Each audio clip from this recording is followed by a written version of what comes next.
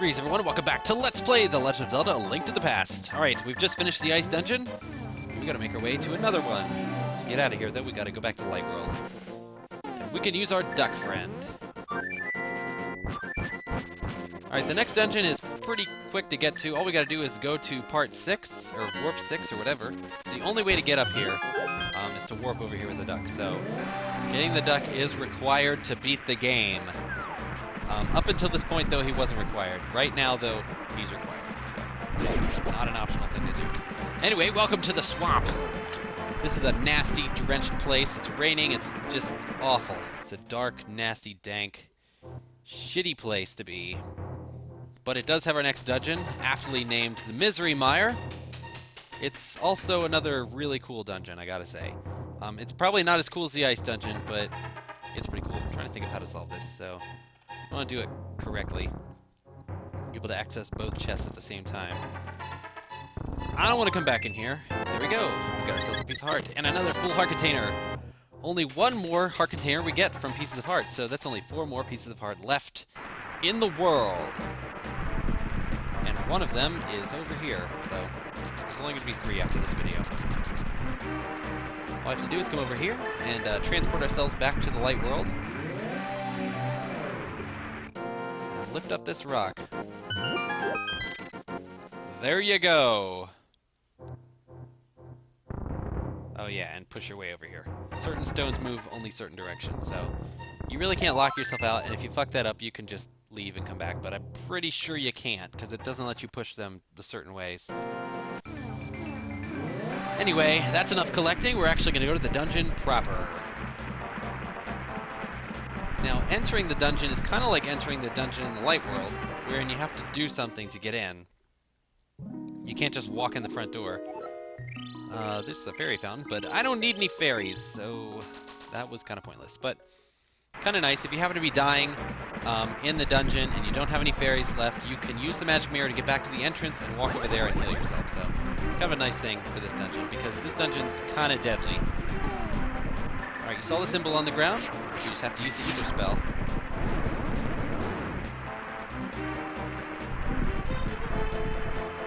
Alright, so the ether spell lifts the thunderstorm, and it's going to open up the dungeon entrance. And here we are. Welcome, everyone, to level 9, the Mire. Now, this dungeon is kind of cool in, I mean, it doesn't look too different from the others, but the layout is pretty cool. And, you know, while the palette is kind of boring, they do add a few more details to the walls, which are kind of cool. We also see the introduction of the Whiz Robes to this game. They're not an introduction to the series, though. I mean, they were in the very first game, but I'm pretty sure they've been in every single Zelda game except maybe Ocarina of Time. And correct me if I'm wrong, but I'm not sure if they were in Wind Waker or any of those types, but yeah. Anyway, they're a pretty staple Zelda enemy. But anyway, that's the first time we see them in this game. Kind of amazed there, but there's really... I'm going to be doing it the best way. The previous dungeon that you saw, the ice dungeon, I didn't do a practice run. What you saw was a pretty sloppy run through. This one, though, I've done a practice run. I know what I'm doing. It's going to be a much more polished experience, I guarantee it, so... Anyway, we're going to collect ourselves a key. After getting that key, you can just kind of make your way back to this room down here. And we're going to make our way over to the right now. Now, Mire is the first dungeon in the game where there's a lot of spike areas that you have to walk on. Now, the cape isn't required, per se. I mean, you could sit there and take the damage and walk on it, but if you try to do that, you're pretty much going to die. Guaranteed. You better bring a lot of red potion or fairies if you're going to try and do it that way. Or you could just grab the cane, the blue cane, or the cape and just do it normally. So, like I said, while they're not required, they're incredibly helpful by the time you get to this dungeon. So, if you don't have it already, go get it, because goddamn, if you try to do it without it, you're insane. And wow, I need to hit that crystal switch.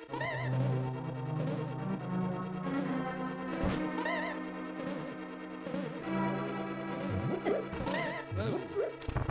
Yeah, not much else to say there. Just a bunch of enemies in the way. Alright, here's another part where you could just walk across and take the damage, or you could just use your cape. Much simpler just to use the cape. And just like in the previous dungeon and in others, these two walls are false bombable walls. Can't do anything to them. They're just cracked. They're just there to bother you. Kind of like that bombable wall behind that guy in that video a few videos back that I didn't get. That I probably won't get. Haha, just to piss you off. Anyway, now that we've hit the blue crystal switching, we can come over here to this part of the maze and go through this locked door.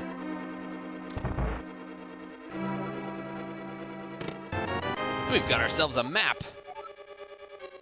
Now, I would look at it, but I didn't look at it, so I'm sorry. I'm going to look at it later, though, so you guys will see what it looks like. My apologies.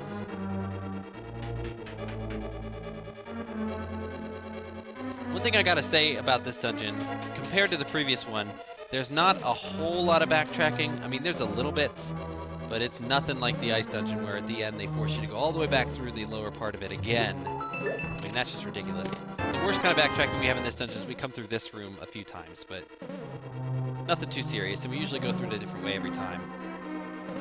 Anyway, now that we have that key, we can go through this door.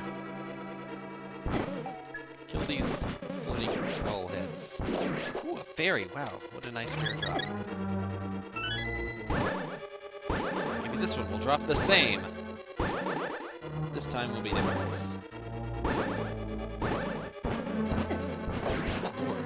Nope, didn't drop anything. Just wasted a whole lot of time and life. Whatever.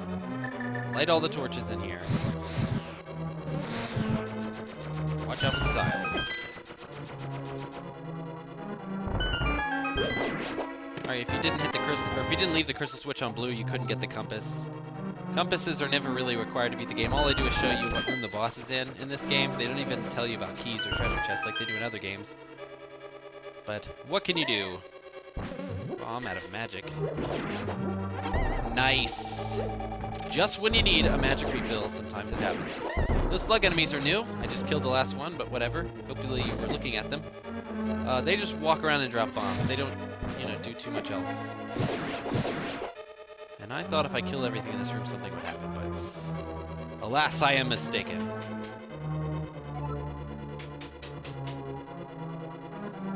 Alright, this is an interesting part. You can actually bypass it and go into a room a little bit later, and it'll give you a clue about what to do. But I already know what to do, so I'm going to be setting up for it right now. What you got to do is make a path to each of these torches and light them, and then stop wasting time killing Wizrobes. You have to push these over here and light these as well. But the problem is you have to light all 4 of them very quickly, or else some of them will go out. So we're going to do it now. Light, light, light it.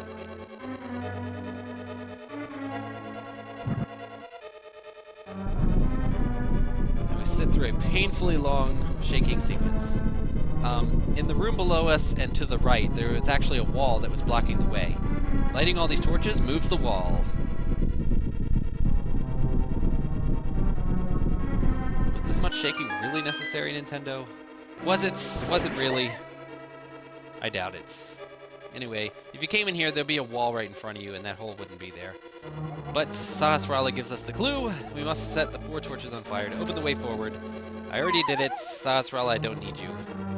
That last maiden said I needed the wise men, but I think she's wrong. Anyway, we've gotten ourselves a big key. Now we can go get the treasure. Alright, we could go up there in that door, but we have to backtrack just a little bit in order to get the treasure. We have to go back to that big room, that big central room one more time. Make our way over to the bottom right-hand corner. Now, I could have gone into that room earlier, but there would be no point because I couldn't get the chest, so it would serve no purpose. But we're going to go into it now. There's nothing up there. That's actually a way to backtrack. Alright, now you don't want to run across this because it's one of those disappearing bridges. We've got the item of the game, or the dungeon, the Cane of Samaria. This cane, we've seen it in other games. I think it's in Minish Cap. No, it's not Minish Cap. Minish Cap has that stupid cane. This one's in the Oracle series. I think it's in seasons.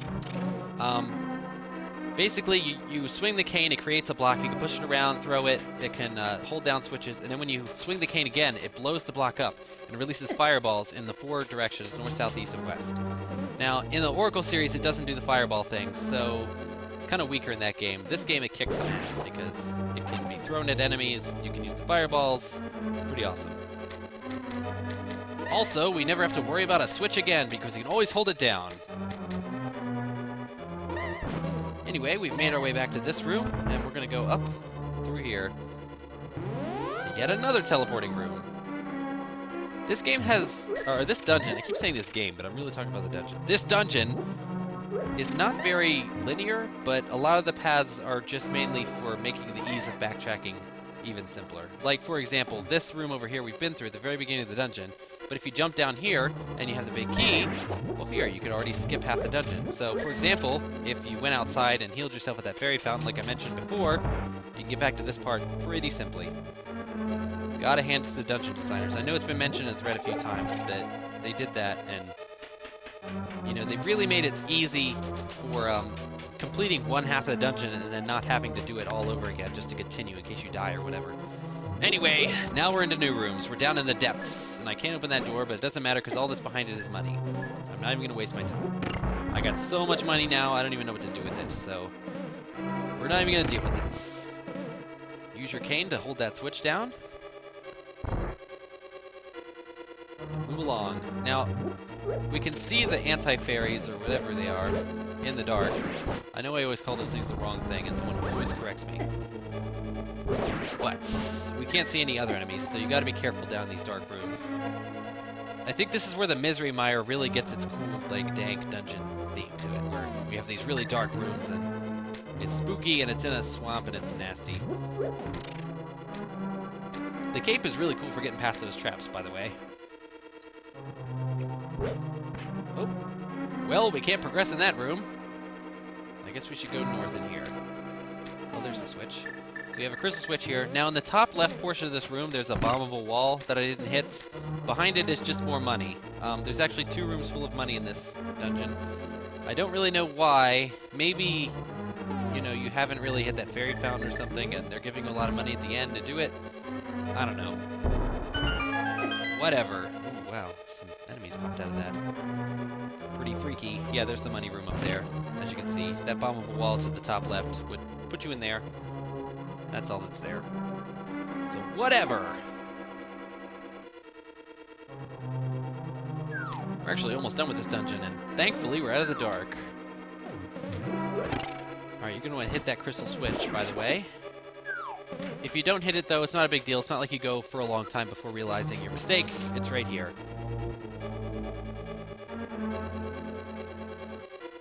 And that's it. We're already to the boss. This dungeon seems ridiculously short compared to the last one, but I really actually kind of like this dungeon. It's not my favorite, but pretty cool. It also has a pretty kick-ass boss. But while I'm saying it's a kick-ass boss, it's kick-ass because the design is cool. It looks cool. I like the puddle of water on the floor, but it's not a really hard boss. And you probably shouldn't walk in the water. It damaged me. Now, there's a bunch of different ways you can do this. You can throw bombs in the pile of them. They actually don't do a lot of damage, so you're better off using your sword. And I'm getting the bow and arrow ready for a later part. As we see, this boss can be easily cheesed once he gets into his second phase.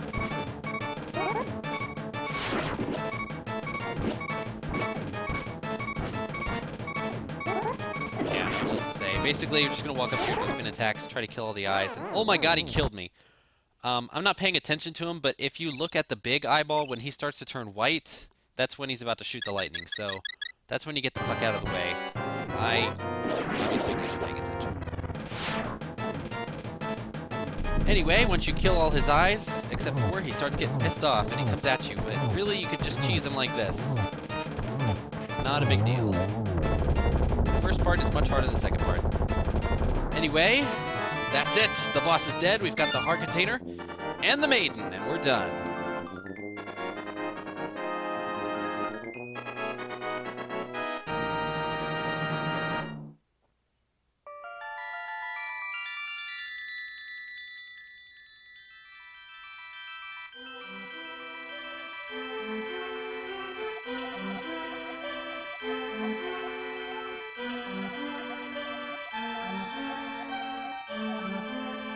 so Ganon's capturing the maidens because he needs their power to break the seal. I don't really know how that works, but whatever. Oh, he did crack the seal. Oh, okay, so what she's explaining to us is that the seal is cracked because they've all been captured, but, as we heard from the previous maiden, even though the seal is cracked, the gateway isn't open all the way. Like I said, that we have all the time in the world to do it! Doesn't matter, Zelda's waiting for us in Turtle Rock, so that's where we'll go next time. I'll see you guys then, later.